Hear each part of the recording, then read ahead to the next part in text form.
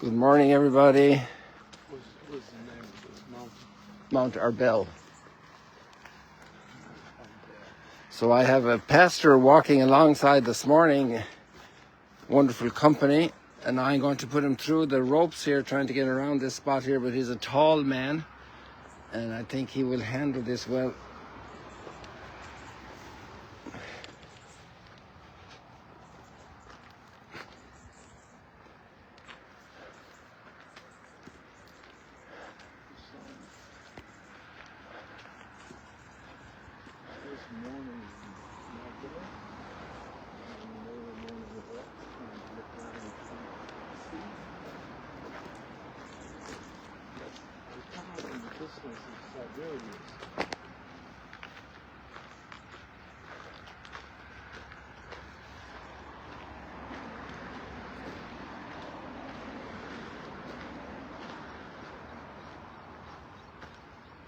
This is Mount Arbel.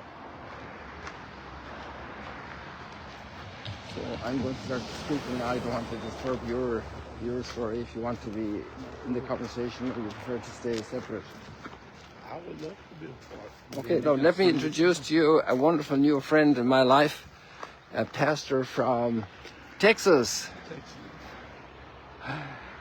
Here we have Pastor Randy. Good morning. Good morning. Pastor Randy Vaughn from Port Arthur, Texas. He's the senior pastor of Mount Sinai Baptist Church. Mount Sinai Baptist Church. Just imagine, all the way here at the foot of Mount Arbel, at the side of the Sea of Galilee, with all these mustard plants showing here and flowering. And there we have... I'm with Father Kelly, one of the directors and visionaries for this movement. God is using him in a very powerful way. We're walking together on our way to the sea. Look at this up there. So we have very rich text today in the scriptures, and we have the Queen of Sheba visiting Solomon. And then we have a very deep analysis, the profound analysis of our Lord about the human heart. Where the greatest battles fought. We have accounts of great battles of Alexander the Great and Julius Caesar, and the Battle of Actium. Augustus becomes emperor, and the Roman Empire keeps waging battles. The Greeks did before them. The Egyptians did. All in this region. The Persians did. The Assyrians did. And even the First World War played out here, provoking the end of the Ottoman Empire. But actually, the biggest battle is in our own hearts. There's a fascinating text we read just 2 days ago. It was published, where a quote came from the former patriarch of Constantinople, Athenagoras, who was here in the 1960s and met with Pope Paul VI.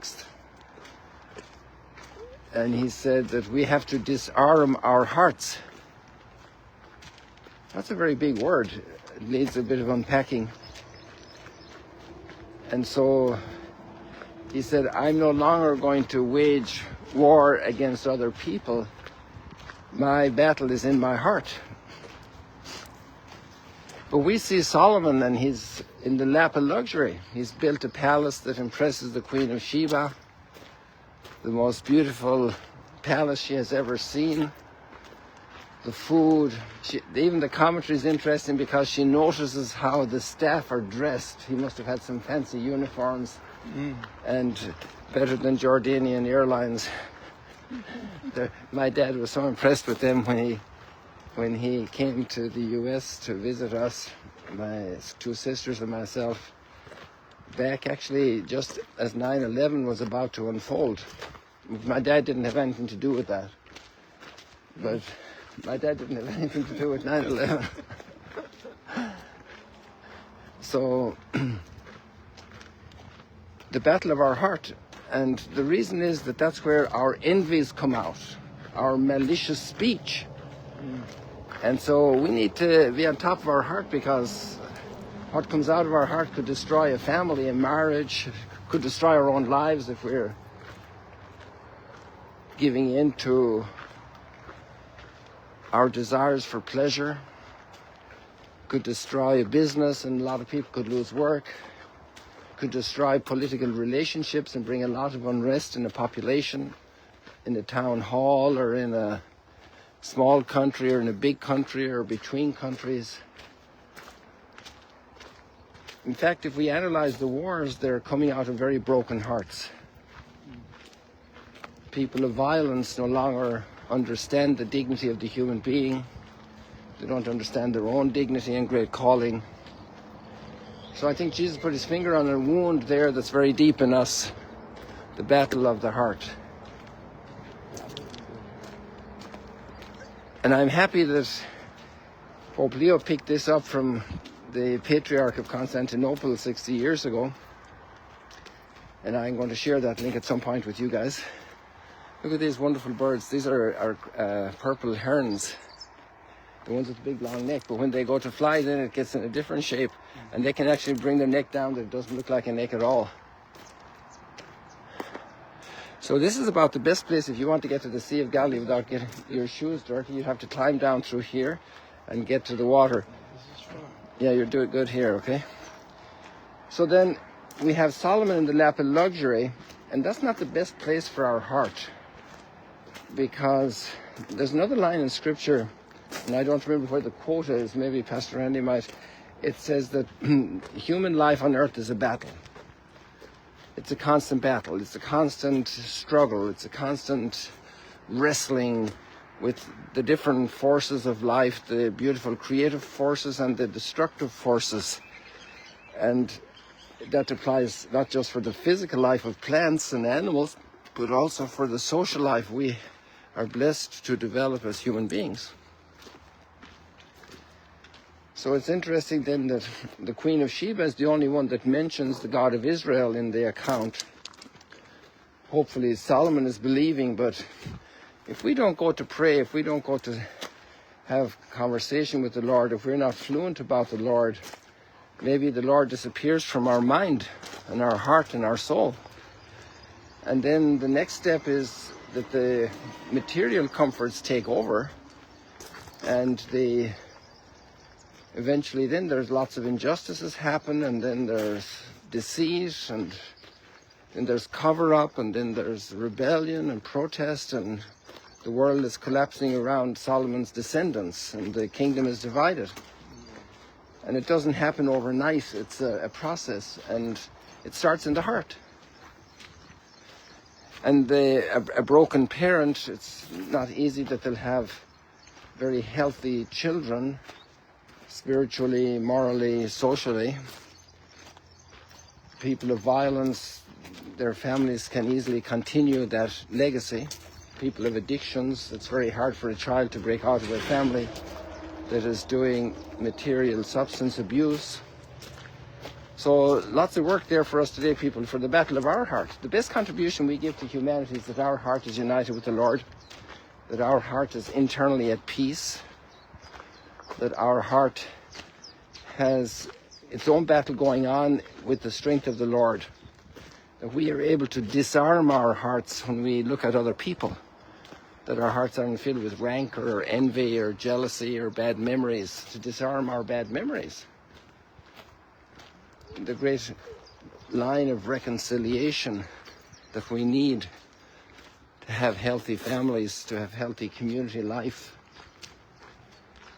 So we have lots to think about there, people. The scriptures give us wonderful, wonderful input today.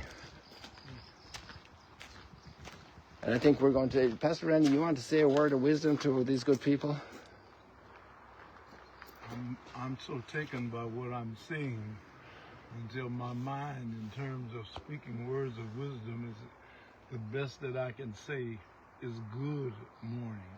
Beautiful. What a great morning.